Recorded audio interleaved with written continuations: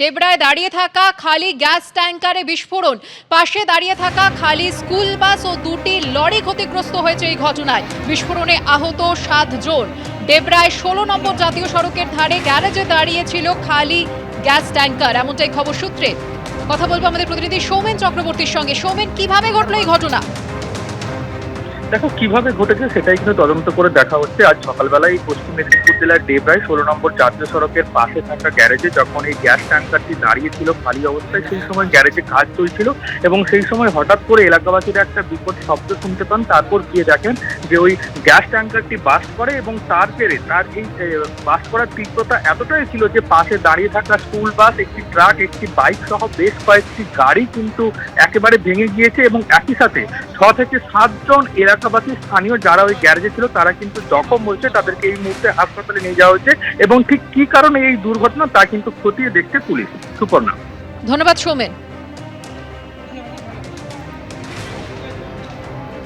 অন্যদিকে মহিলা কামরা বাড়ানোর দাবিতে মথুরাপুর রেল স্টেশনে রেল অবরোধ। যেমনটা জানা যাচ্ছে, শিয়ালদা দক্ষিণ শাখার নামখানা লক্ষ্মীকান্তপুর লাইনে দুটি স্টেশনে ট্রেন অবরোধ।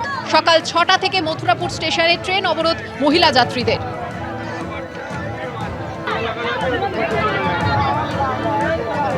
কথা বলবো আমাদের প্রতিনিধি গৌতম মণ্ডলের সঙ্গে। গৌতম, এখন কি পরিস্থিতি? অবরোধ কি উঠেছে? হ্যাঁ, দেখো সুকর্ণা, 8:30 নাগাদ এই অবরোধ ওঠে। সকাল 6টা থেকে এই অবরোধ শুরু হয়। যে অবরোধ আজকে মথুরাপুর শিয়ালদা দক্ষিণ শাখার লক্ষ্মীকান্তপুর ও নামখানা লাইনের মথুরাপুর এবং গোচরণের 2 দফায় অবরোধ হয়। প্রথম অবরোধ হয় সকাল 6টা থেকে মথুরাপুর স্টেশন রোডে। এখানে মহিলা যাত্রীদের বিক্ষোভ দেখান। তাদের যেটা দাবি যে এই যে ভোরের ট্রেন, সেই ভোরের ট্রেনে মহিলা কামরা পর্যাপ্ত নয়, যার ফলে প্রতিদিন মহিলাদের ওঠার ক্ষেত্রে অসুবিধা হয় এবং ট্রেন যাত্রা তাদের কাছে এটা দুর্বিষহ হয়ে উঠেছে। এবং তার পরবর্তী সময়ে এইখানে অবরোধের পর গোচরণে অবরোধ হয়। এখান থেকে আপ ট্রেন নেওয়া যায়। গোচরণের মহিলা যাত্রীরা তারাও অবরোধ শুরু করেন। কার্যত শিয়ালদা দক্ষিণ শাখার লক্ষ্মীকান্তপুর নামখানা লাইনে প্রায় 2.5 ঘন্টা অনিয়মিত হয়ে পড়ে পুরো ট্রেন চলাচল। আপ এবং গ্রাউন্ড ট্রেন বিভিন্ন স্টেশনে দাঁড়িয়ে পড়ে। পরবর্তীকালে জিআরপি এবং মথুরাপুর থানার পুলিশ অবরোধকারী মহিলাদের সাথে কথা বলেন, তাদেরকে আশ্বস্ত করেন যে তাদের যে দাবি, এই যে ভোরের ট্রেনে যে মহিলা কামরা বাড়ানোর যে দাবি, সেটা তারা যথাস্থানে পৌঁছে দেবে এবং তাদের যাতে শুরু হয় সেটা তারা ব্যবস্থা করবেন। এই প্রসঙ্গে বলাই যায় যে গত 1 মাস আগে আমরা ঠিক উল্টো ছবিটা দেখেছিলাম, যখন রেল কর্তৃপক্ষ মহিলা কামরা বাড়ানোর সিদ্ধান্ত নিয়েছিল, সাধারণ কামরা বাড়িয়ে, তখন পুরুষ যাত্রীরা কয়েক দফায় শিয়ালদা দক্ষিণ শাখা, ডায়মন্ড হারবার, লক্ষ্মীকান্তপুর সহ বিভিন্ন স্টেশনে অবরোধ করে।